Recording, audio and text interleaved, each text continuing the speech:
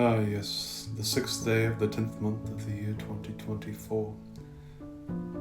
The Lovitts are enjoying their evening meal as usual, as Mrs. Lovett, and she's reminiscing of their travels to acquire such jewels and gems as she has in her collections, and as they're eating dinner, they do not realize that another guest has just arrived. An unwelcome guest that is looking for Mrs. Lovett's most prized possession, the gold of the Queen herself.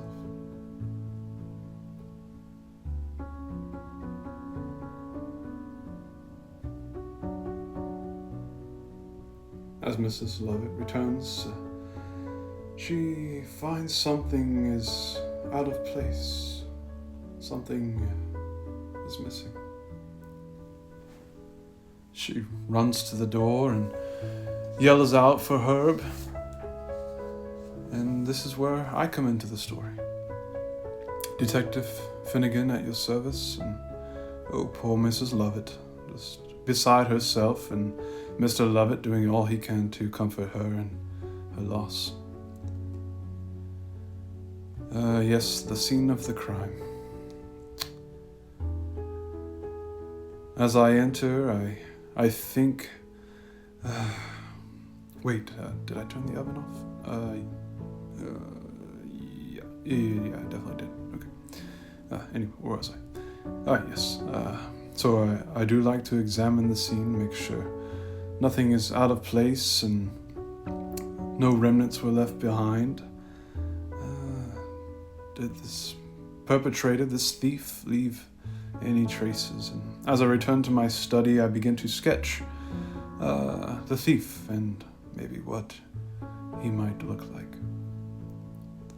How does one sketch that of which he has not seen? How does one envision the image of another?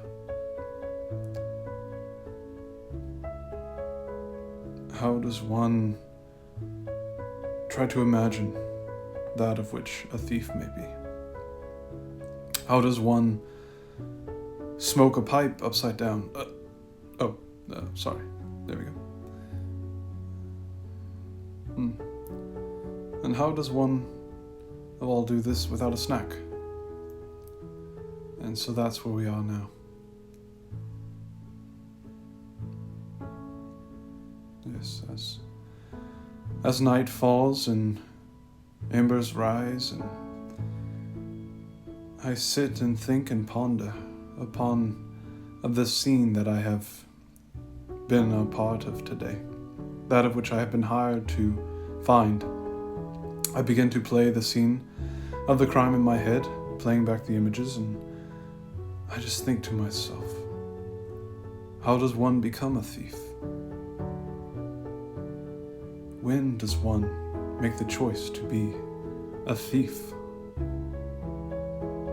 I ponder these questions, and yet I know the answers because, yes, I, Detective Finnegan, am the thief. I am the detective and the thief.